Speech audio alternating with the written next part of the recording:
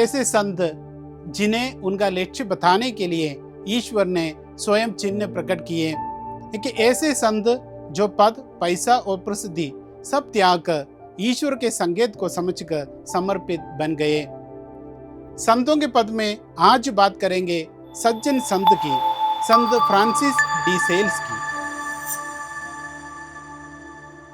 France के सेवाए में जन्मे संत फ्रांसिस डी सेल्स को उनके पिता एक न्यायाधीश बनाना चाहते थे। बचपन से ही ईश्वर को समर्पित हो जाने की चाह लिए संत फ्रांसिस ने पिता के दबाव में पढ़ाई पूरी की, घुड़सवारी सीखी और ऐसी अन्य चीजें सीखी जो उस समय के शाही परिवारों के लिए आवश्यक मानी जाती थी। पर एक दिन ईश्वर ने उनके सच्चे लक्ष्य का उन्हें बोध कराया। वे हमेशा की तरह घुड़सवारी कर रहे थे। वे घुड़सवारी में निपुण थे, पर अचानक वे गिर गए। उनकी तलवार म्यान से बाहर आ गई और तलवार और म्यान क्रूस के आकार में जमीन पर गिर गए। वे चौंक गए पर पुनः घुड़सवारी करने लगे। एक बार पुनः ईश्वर ने उन्हें संकेत दिया।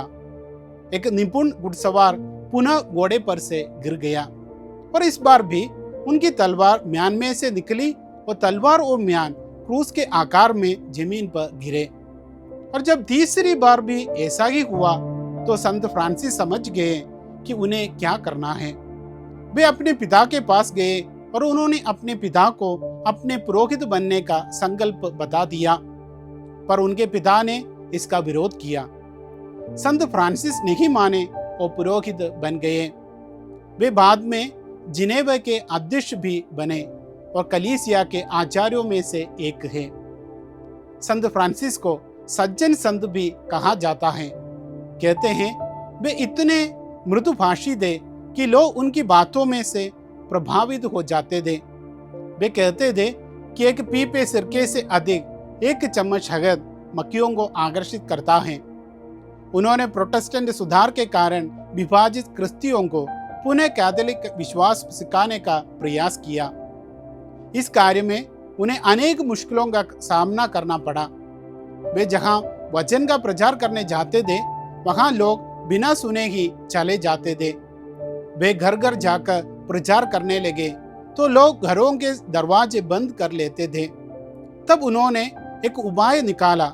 वे पैम्पलेट लिखकर लोगों के घरों के दरवाजों के नीचे से अंदर डाल देते थे। वे बर्फ में पैदल चलते थे, अनेक मुश्किलों का सामना करते थे। उनका लेखन प्रेरक था और जल्दी ही लोग उनकी ओर आकर्षित होने लगे। इस प्रकार वे अनेक लोगों को कैथोलिक विश्वास में वापस ले आए। वे लेखकों, पत्रकारों के संरक्षक संत हैं। वे कहते थे कि ईश्वर का प्रेम पाने की कुंजी प्रार्थना है। वे पवित्र माला विनती करने पर अधिक बल देते थे और माता मरियम को भी अत्यधिक प्रेम करते थे। आइए आज उनके पर्व पर हम भी माता मरियम से पवित्र माला विनती कर मध्यस्थता मांगे। हम प्रार्थना करें। प्रणाम मरिया, कृपा पूर्ण, प्रभु तेरे साथ हैं, धन्य तो स्त्रियों में और धन्य तेरे गर्भ का फल यीशु। ये संत मरिया परमेश्वर की माँ, प्रार्थना कर हम पापियों के लिए अब और हमारे मरने के समय। आमीन।